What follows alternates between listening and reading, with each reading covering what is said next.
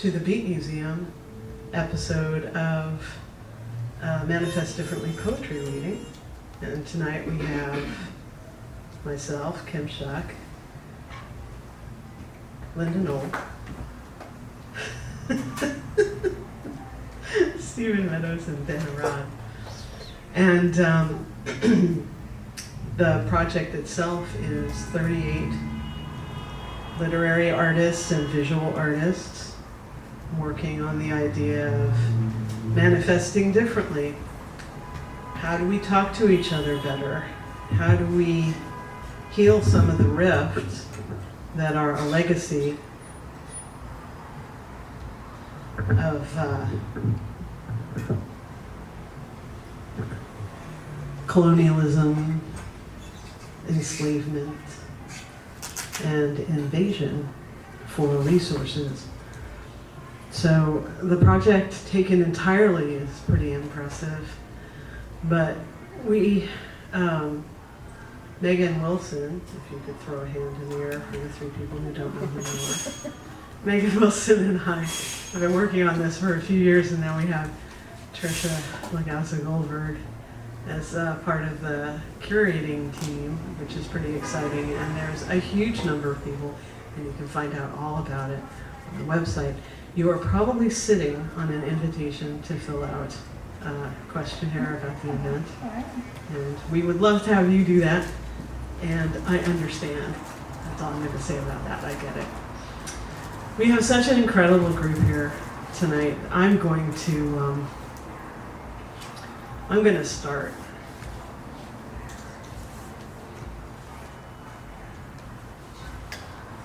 I've been writing as part of my part of the project, poem every day.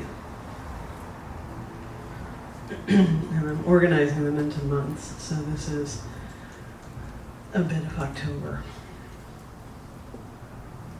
Pulling into October in the wake of a full moon, in the light of planets, more news from residential schools, the kitchen rainbows before noon, and the whiplash between small comforts now and attempted genocide ongoing. It aches me as the cinnamon month shakes itself free of the husk of a dry, flammable September. In the language of coastal moths, the word for fire also means yearning. And the people who chase them, the word for moth means just out of reach.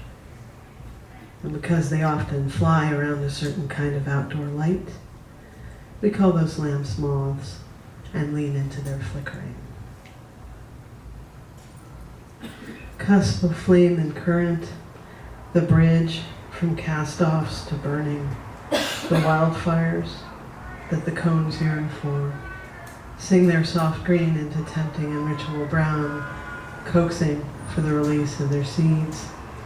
The fire's too hot for that now, too hot, too fed by import fodder grass and bolted decorative potential torches.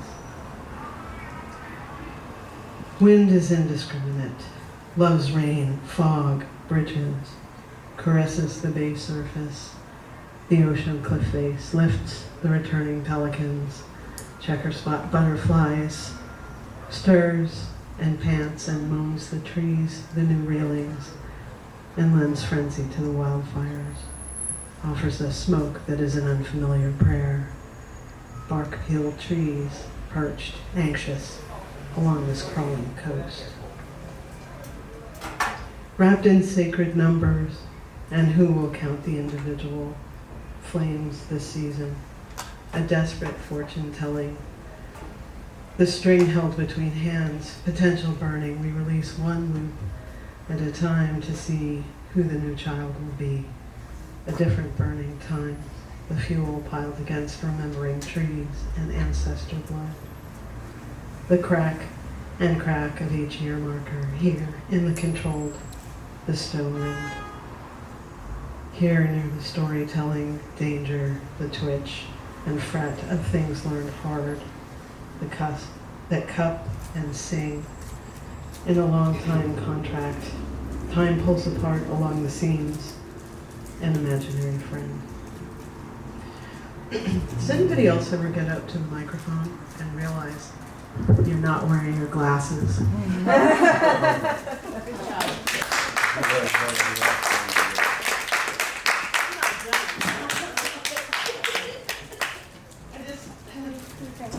I realized I couldn't make out some of the words, and I was like, why is this getting so dim and so impossible to read? And the answer is, I didn't have my glasses. We'll read one more. But I'm going to let people settle down first. There is a little bit of a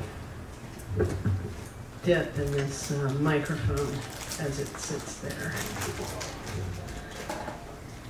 Relatives framed in orange and black, the smell of drying acorn, of smoked fish, and this is a way of making, a prayer setting, an intention. These are long-time rituals, shivers along selected stories, what the old peppernut tree taught us about empathy and the borrowed wisdom of a cast iron pan. We throw words and seeds, throw a learned balance, a joy, a struggle into each thing that nourishes, into each startle of change, into a prayer fire, a storytelling fire. We're a collaboration that started with single cells, gathered like firewood, like these piled assaults in years. Thank you.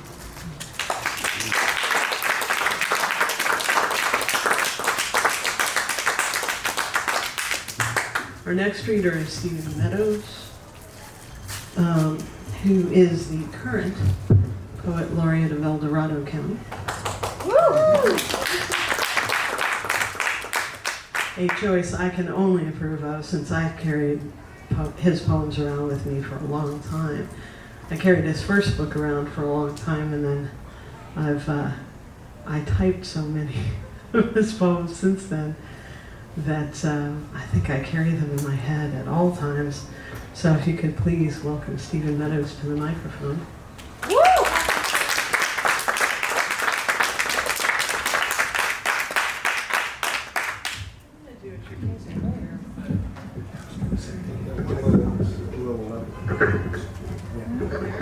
No, that one's, I know that the lever's supposed to do that. It's as tight as it can be. So what I'm going to do, this is better if it's a smaller Do you want scarf. me to swap out the mic stand? Could you? No. Yeah, it's kind of having a problem maintaining. It happens to all of us It's an age problem. as we get older. Yeah. It's up my here. Yeah. Hold it up. But I know Brenda's gonna. Yeah, does this come through? It Yeah. does. Do you look like a- Is that about right? Yeah. Yeah. Okay, much better. Thank you. Thank you, Brenda. Thank you so much. I am greatly honored to be here. And I especially thank my wife Carly and Kim and Doug for making it all possible. Thank you. All right. Waterhole. A reedy place full of grasses and tules, fronded, toad-colored by the bay's curved edge. Ancestors accustomed to moist, pliant ground came down the long swale for their water, a day at a time, stepping soft in the wet mud, knowing they would slip just a little.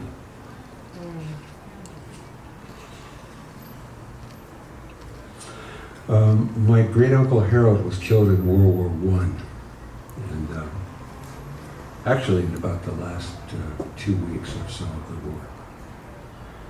In the final hours, for Harold Meadows. You were killed in the final hours of the war to end wars. As you bled in the wire, you thought of your mother, your brother, you thought of the farm, the lush fields lovely in the twilight, dew-dampened, full of corn. There in the mud, you were so young, you left us no poems, you left us no remnants, no girl at home crying, not even the simple, sad eloquence of dawn at your dying.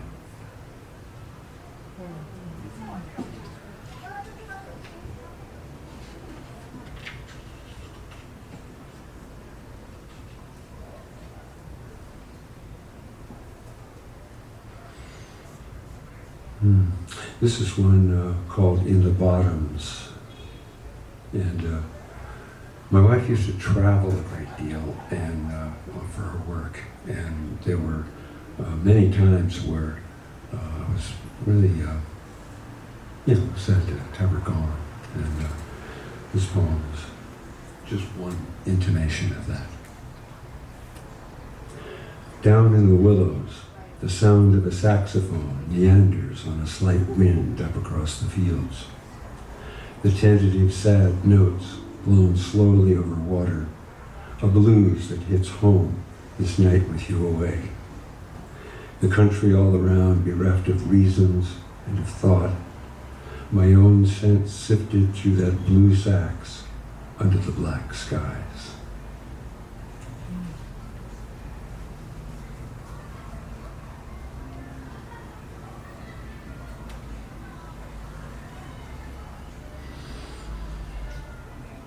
This one is quietly out of the way for Richard Brodigan.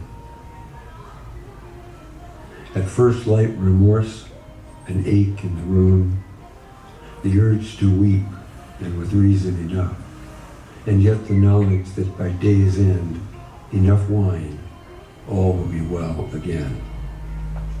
Those ones on the corner by the park, those ones in the weeds, as Brodigan said once, drinking quietly out of the way.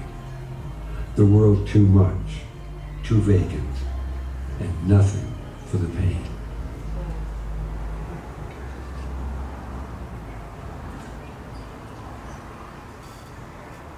Fallen. Night dives like an owl. The brown river rises. He tends the sad fire, a kind of victory in the rain. He mutters, placing broken sticks in homage to this winter, where all comes down about him, dark and storm.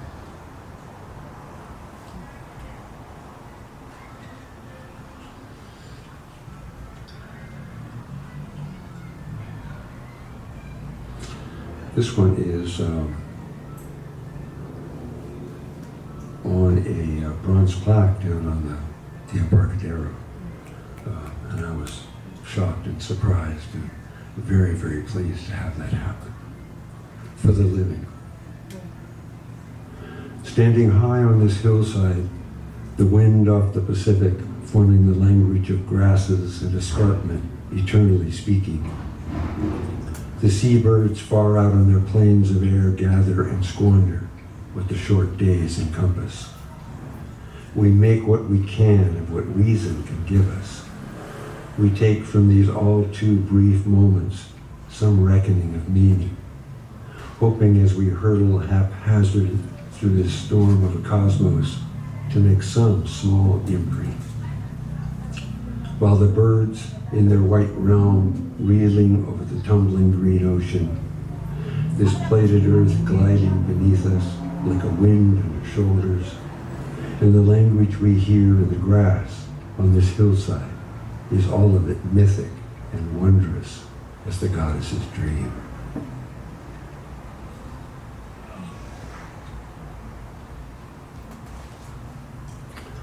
This is about one of my favorite places. A lot of you have probably heard of Point Lobos, but that is one of the places that I love the most, Point Lobos.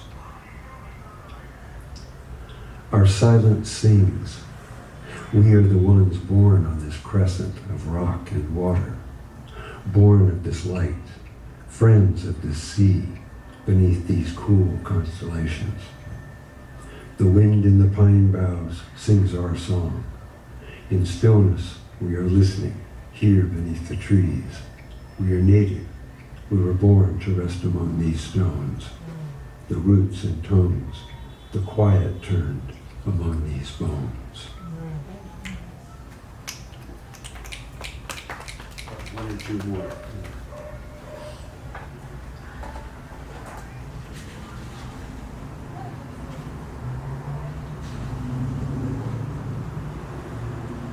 I lived up in Oregon for a while,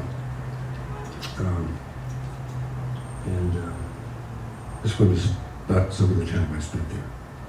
On the road before rain.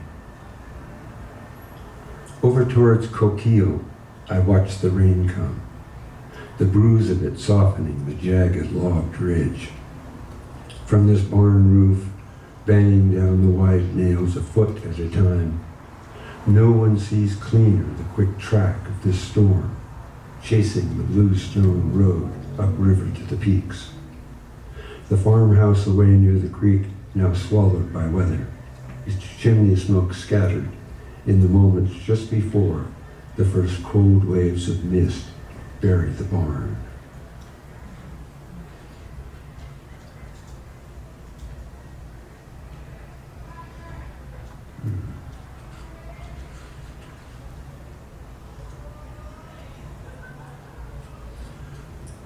This was, I've always admired the deer because I see them all over, and I saw them all over as a kid, and they're so beautiful and so destructive. The doe.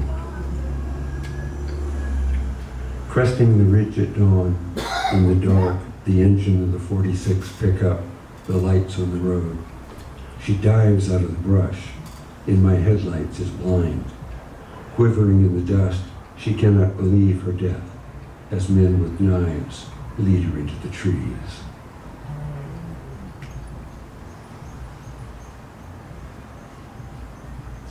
I'm going to finish with this one. I had an opportunity when Carly and I were out in Utah to run a snowplow for a while. And it was, somebody couldn't show up, and they said, "You can go out here and do this." There was snow all over, and it was the University of Utah, just far above the city. The plow and the stars. I work alone in the greenish light, hand on the lever that moves my blade. The quiet flakes pour down through the beams that probe a thin column of this storm. In a darkened cab, only the 8-hour night spent shifting whiteness into heaps here and there. From this mountain, the far city twinkles below, all thought here relinquished, given over to silence and the snow. Thank you all very much.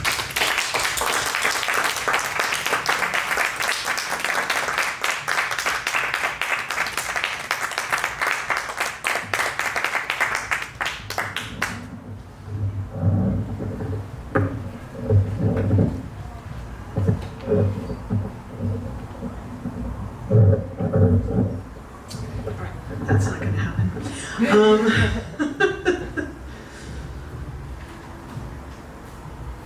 The 4 poetry readings that are associated with this project sort of put themselves together in that I picked dates and then I let people choose when they were going to read. But the interesting thing that you find out if you organize poetry readings a lot is that it's like reading tarot cards.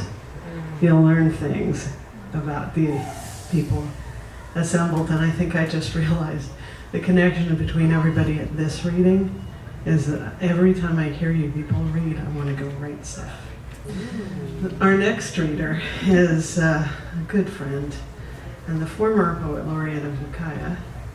And one of the things that'll happen if you're a native writer is that people will consistently have you read together.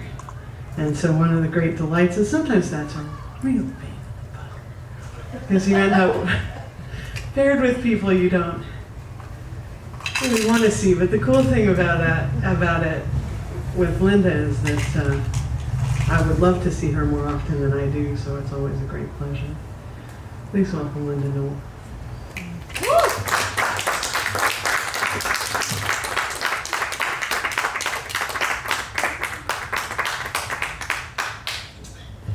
Hey, I'm going to move this back back. It seemed like it got pushed up in the changeover. Is that okay? I'm glad to be here. And because it is for Manifest Differently, I'm going to do something different. Pardon me. California was the last stretch for Manifest Destiny. And when I was asked to be involved in this, I was really glad, and I thought of this epic poem I have going on, which is a letter to Ishi, which I don't know that I'll ever finish. But, pardon me, it started me to putting things together, and so for tonight I thought I would cut and paste some of my notes and then integrate some of my poems in the fashion that Manifest Destiny isn't something far away that affected people a long time ago. And in California, it affected my relatives, which we come from the northern, excuse me, the northern Sierra of Yuba, Butte, and Plumas counties. So I'm going to read some historical stuff and integrate some of my work into it. So I'm going to start off with a quote from Herbert Bancroft.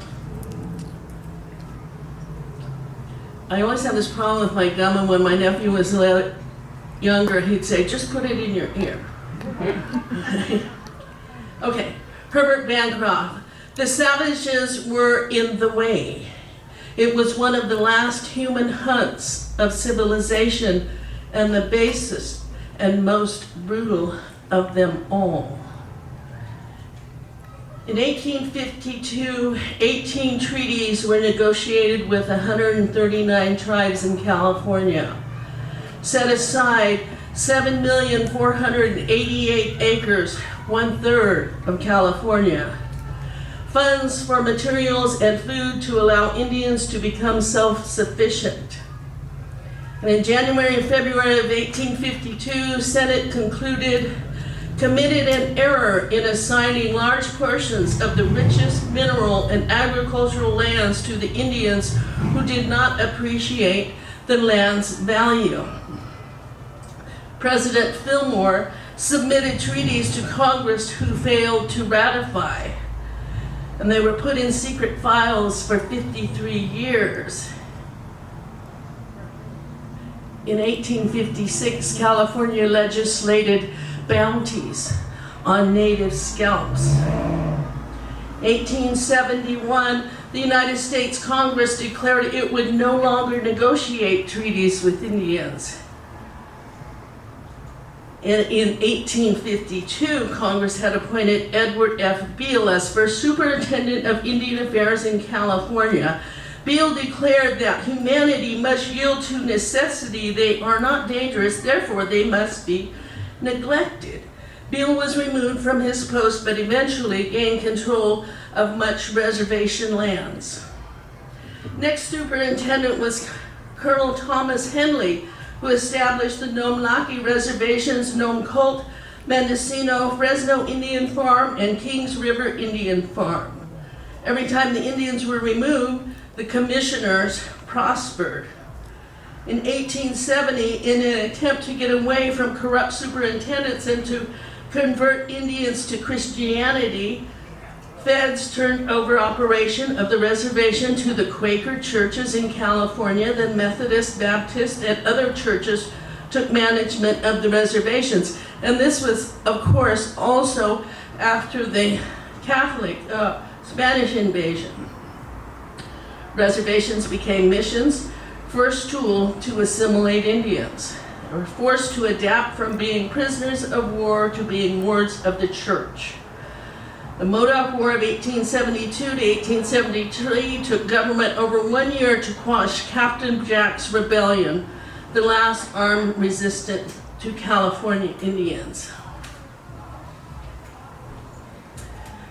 Most Indians did not have the right to attend public schools until the 1920s. In 1891, school attendance was made mandatory. In 1901, First Indian Hospital at Riverside, which eventually became a boarding school, which it still is. In 1881, Yokeo Pomo put down $1,000 for 120 acres near the Russian River. Many of my friends still reside there. In 1887, the General Allotment Act, known as the Dawes Act, major intent was to break down tribal government. So you can see how Native people are treated differently than other tribes and differently than a lot of human beings. So I'm going to read a poem that has caused me trouble. It's called California Bounty. I bring up the heads. The room shifts. Ether goes heavy. My brother tells me later, everything was going good until you brought up the heads. You see, it goes like this. Bounties were put on my ancestors.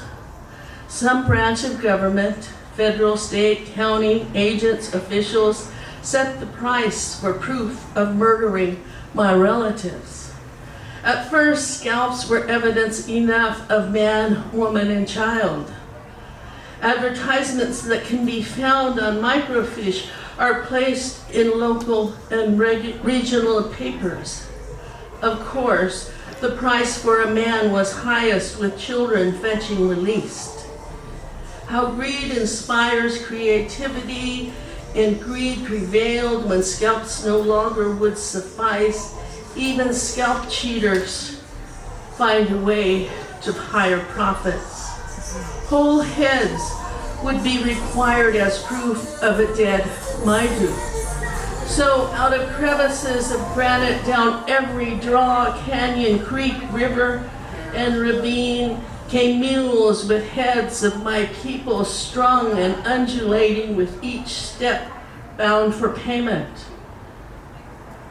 I get that this part of history might bother you, and that you might question the need to know me.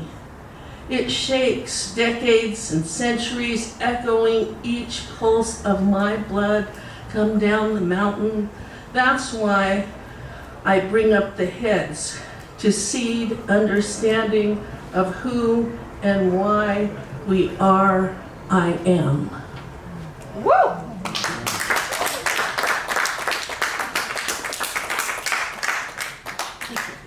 Thank you. I asked you to go on a little ride with me, and then I'll finish with a shorter poem. And again, this poem demonstrates. You know, a lot of times people, as a native poet, people will always ask you questions about any manner of Indian history or lore or whatever, and when you don't have the correct answer, it's like you're lesser or you don't know. So sometimes when I'm asked, do you want to do a question and answer, I'll say, yeah, it's okay, as long as it doesn't become like Native History 101. Because I've spent a great deal of my adult life dealing with that, and I'm kind of tired of it. So I'll let my work speak for itself. We stand. On the sound of flapping clipper ships we stand. In the first lapping of the building wave we stand. In the destructive print of the first step taken by foreign feet we stand. In the reverberating motion of Ponce de Leon, Cortez, and De Soto we stand. In the determination of Coronado's conquistadors we stand. From beneath the pressure of religious leaders we stand. With the corn, beans, squash, and meat brought to Plymouth we stand. With the introduction of smallpox we stand. In the circle around the sharpened crown we stand. On the ship carrying us to trade for better slaves we stand. In the fury of King Philip's war we stand. In the aftermath of the massacre called Thanksgiving we stand. In the bounty placed on a scalp we stand. In the stiff fold of the Jesuit's robe we stand. Within the cold walls of the War Department we stand. On the El Camino Real and the grass of the Presidio we stand. In defiance of Thomas Jefferson to exterminate us, we stand. In the shadow of St. Clair's defeat, we stand. On the foundation of the agency and outside the fort walls, we stand. On the other side of the St. Lawrence, Ohio, and Mississippi, we stand. In the rattling name of Gatlin, we stand. On the shores of Huron, Superior, Erie, Ontario, and Michigan, we stand. On the spine of the Great Divide, we stand. On the broken words of 500 treaties, we stand. On the crooked shoulders of Shivington, Sherman, and Jackson, we stand. With Crazy Horse, Red Cloud, and Pontiac, we stand. With the wind of Wounded Knee, we stand. With the enduring of Bison, we stand. Through the stampede of the Sooners, we stand. On the sharp edge of Obsidian, we stand. With Captain Jack, Geronimo, Chief Joseph, we stand. In the echoing clang of the mission bells, we stand. Between the thin pages of the Federal Register, we stand. In the ink of every congressional act, we stand. On the flecks of the vanishing eagle, we stand. Within the share of the shine of the Black Hills, we stand. At the edge of the Rio Grande, Colorado, Feather, and Yuba rivers, we stand. In the tainted glimmer of the gold rush, we stand. In the intention of federal intervention on behalf of Indians, we stand. Within the breath of every commissioner of Indian Affairs, we stand. Within and without the walls of the Interior Department, we stand. Beyond the muddy trail of tears and known cult, we stand. In the blood frozen in historical snow, we stand. On the top of the Statue of Liberty and Mount Rushmore, we stand. In the silhouette of the Ghost Dance, we stand.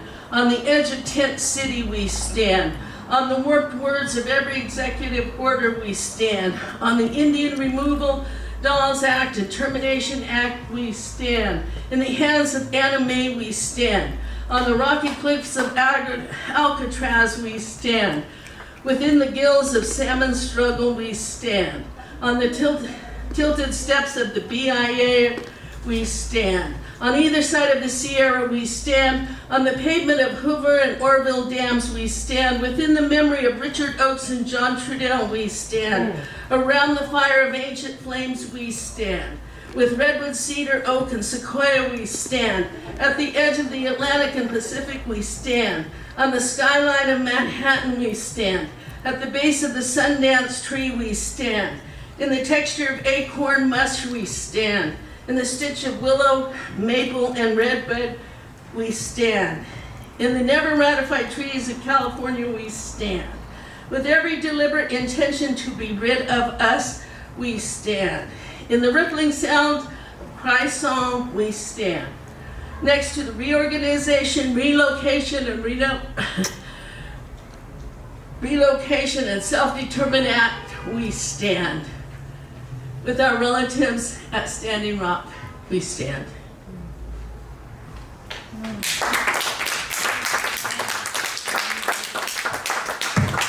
So my hope is by the end, for the last reading, I will have incorporated the historical things into some of the work. I'm not a singer, but as this poem came to me one Saturday afternoon on my couch, it had a cadence going with it. And in our language, we are called, refer to other Native people as Maidu people. If my mother saw Kim, she'd say, excuse me, is that a Maidu Kule, meaning is that an Indian woman? Our tribal name is Koyankawi, meaning people of the meadow. In the meadow, on the Maidu lived, pardon me, in the meadow, on the mountain lived the Maidu.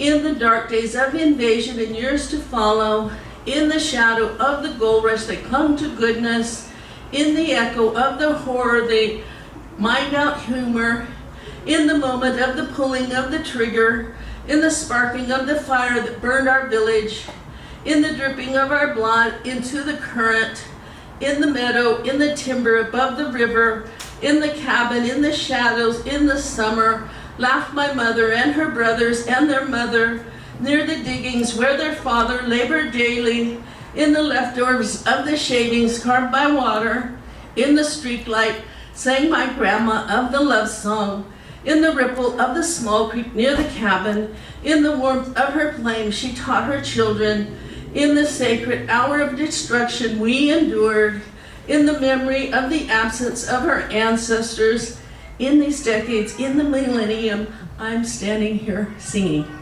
Thank you.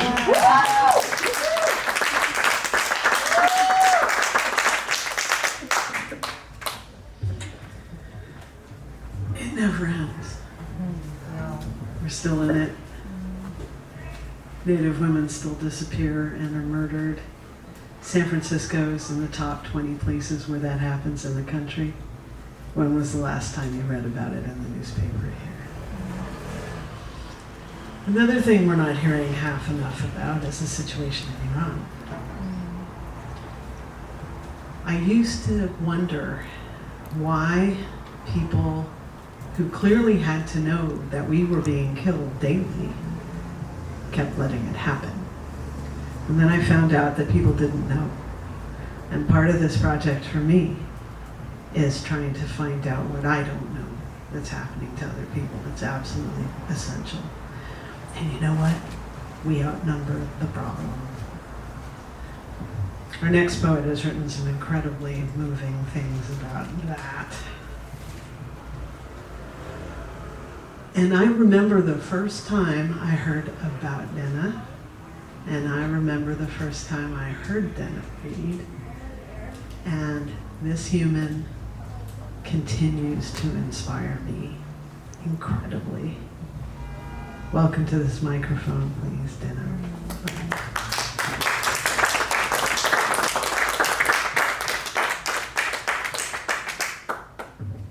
So let's take a deep breath together.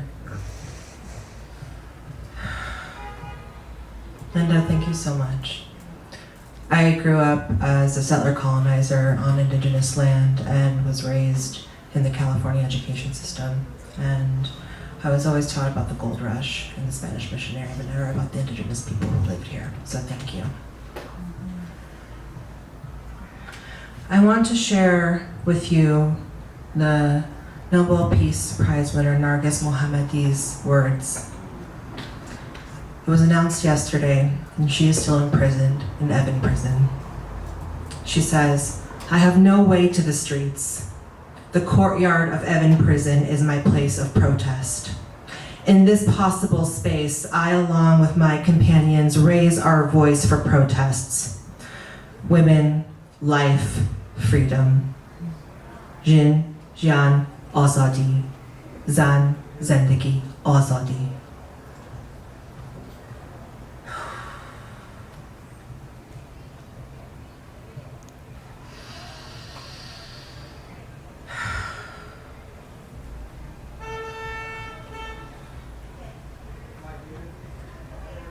This Monday is Indigenous Peoples Day. This poem is called What We Mean When We Say Land Back. All of it. Yes, all of it. Give it back. Tear up the lawns to plant milky oat tops and poppy red bottoms. Let passion flower vines abscond with property, regulating a nervous condition colonialism invented. Crumble highways to let stallions roam, and maybe humanity will buy itself another century. Let farms become the dream home, where we don't measure our health in markets or fortunes, but seeds we can plant for the next harvest. Where your neighbor can also be your salvation, and we dig up an abundance of pleasure as the new Roth IRA. Because there are many kinds of mothers, those who birth saplings and medicine, caress cuticles with soil kisses, invite relations, spirit and spider. two spirits pollinating flowers with bees to feed honey into wanting mouths, where we find the acorn squirrels buried in the form of new trees, young life investing into roots built through kinship. For green to again become what we wanted, to bring the eyes who needed a new place to see. For who toils in the garden, the land sees. For land back means a future for you and me.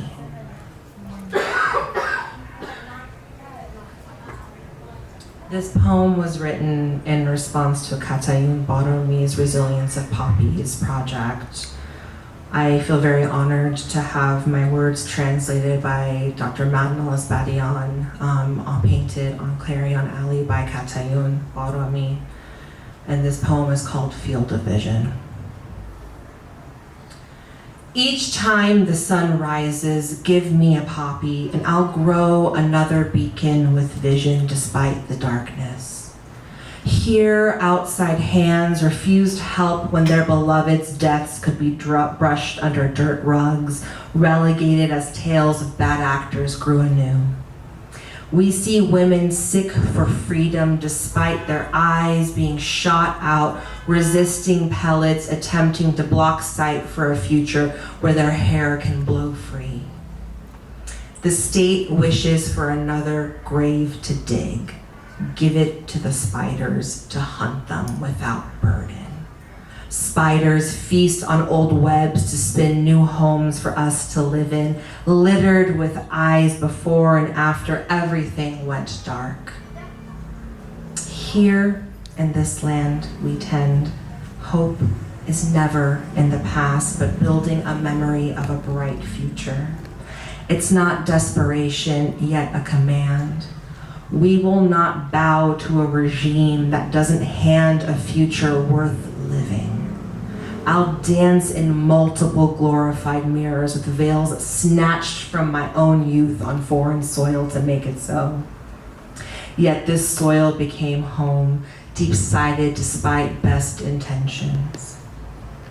Give me a poppy each time the sun rises, and I'll trudge through cloth with midnight bright within eyeshot. Her lost eyes will keep me warm, the center of each red petal dipping into pollen to bring sweet honey into golden light. Filter and dig our courage into a well-worn meadow to grow unruly with liberty. Give me a poppy each time the sun rises, and I'll wash away the target on their heads. Spiraling curls shining in the sun, beckoning attention. The artifice amongst proprietary buffs into a veneer of foolish safety. With malice glittering in storm-backed smiles, promising something worse lingering above the horizon, once more a refusal.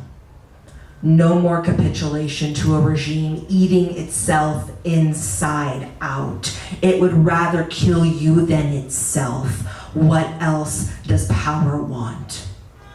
Perpetual motion for a growth that doesn't exist. Give me a poppy each time the sun rises, and I'll take you deep within a cave, where hearts beat a well of red palm prints. Freedom greets us as markers of entropy. Each circle daubed with mercy despite the utter brutality meted out on our bodies as we climb into its quarry. They whisper like palms do when hitting scarlet blooming flesh, each step breaking new ground, trampling fresh growth, waiting for youth to breathe into each step. The path is long, but we shall walk it together. I know where the eyes go once they are removed from freedom's skull. Into skilled hands skinning fur, handing them to the spider. She will weave them, watching the trail to justice unfurl. Each day is eaten and folded like a fitted sheet. Each eye smashed into the ground to create fertilizer for poppies to grow. This next poem is an ode essentially to white liberalism. Dear faith in white America, I don't know why I keep coming back to you like an abandoned dog looking for another owner that won't kick its ribs inside. Why I keep trying to see the best in you despite all the things you refuse to see. How you bend your back over and pull out knots of your flesh to show me how much you're bleeding. But there's a wound on this ground which has never closed. It's festered into an ooze that's crusted, that never crusted over. The earth's skin hasn't produced shining new layers to cover and close this wound because we keep pouring salt into its open mouth. Where does it begin? When you see knots of flesh that haven't really ever been your own, but again against knowing where and how much it takes for you to pull your body over the border into civility. And I don't want your water, blood, tears, or otherwise to quench my thirst. I just want to be able to pull my own flesh into my hands, show you what has sunk into me without ever asking for it. What I never needed and what I am still trying to dig out, like the shell of a tick that once climbed into the foxhole of a pore that's been there since I was 12. And yet I still want to rehabilitate you. Keep you in my life for the next 23 years until we both have cracks in our smiles etched in, once uncreased into the youth we carried into our faces. Direct your path so it locks steps to mine, so I don't have to leave you behind to the next journey I'm taking. Where does your path lead if I don't bring you with me? All I keep coming up with are cliches and rage, neither of which are very effective to bring you into where I want you to be. Because that's what it is. I want you to be better. And yet, you just keep circling into yourself without ever looking up. Another and another hand up that just serves to keep the dirt on your back creeping into a mound, burying yourself. How do we turn into each other's versions of ourselves while keeping together? Strength, maybe, into a new realm. My name is Dena. Thank you so much.